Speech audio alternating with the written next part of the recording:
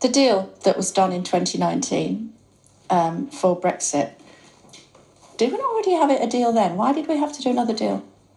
So I think the deal that was done, the oven-ready deal, yeah, that was the withdrawal agreement. That was to enable us to actually leave the European Union, which we did in January of 2020.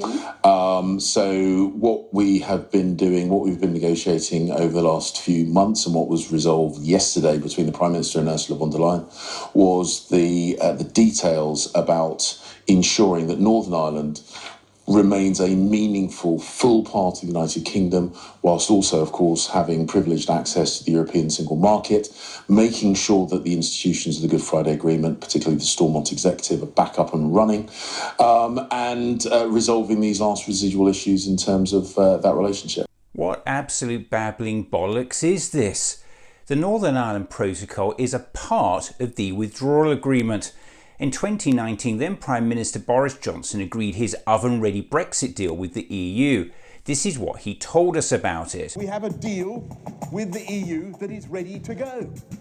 It is oven-ready, as I never tire of it. It is, you just put it in the microwave and there it is. It is a fantastic deal that allows us to get out as a whole country, and it delivers everything that we wanted from Brexit. Our whole country comes out entire and perfect. England, Scotland, Wales, Northern Ireland together. A key part of that deal was the Northern Ireland Protocol, and in July 2019 Johnson had made this promise. Under no circumstances, whatever happens, will I allow the EU or anyone else to create any kind of division down the Irish Sea. 3 months later, Johnson agreed to checks in the Irish Sea. The Brexit deal assumed that Britain would put checks on some goods moving between Great Britain and Northern Ireland. The net result of which is that there's pretty much a border in the Irish Sea. When the protocol signed up to by Johnson came into force in 2021, this was the result. We've got a border erected down the middle of our country. A border which applies checks, applies costs, applies extra bureaucracy. It's unthinkable. Prime Minister, you must be furious with whoever signed up to a deal this bad. Yes, I agreed it. Johnson knew exactly what damage his oven-ready deal would cause when he signed it, because his government's own impact assessment told him.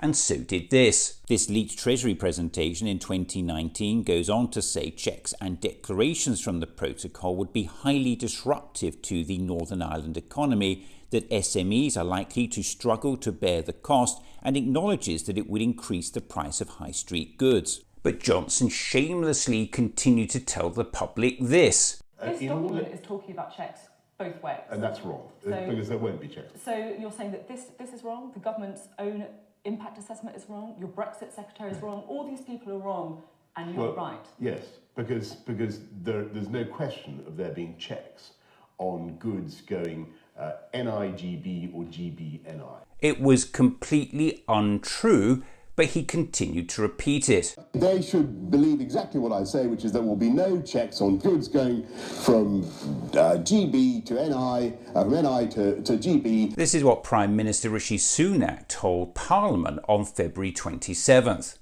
How can we say the protocol protects the Belfast Good Friday Agreement when it has caused the institutions of that agreement to collapse? But Johnson had sold his deal to Parliament with this assurance. It is in full compatibility, Mr. Speaker, with the Good Friday Agreement. This is what DUP MP Ian Paisley said in 2021. Boris Johnson did tell me personally that he would, after agreeing to the protocol, he would sign up to changing that protocol and indeed tearing it up.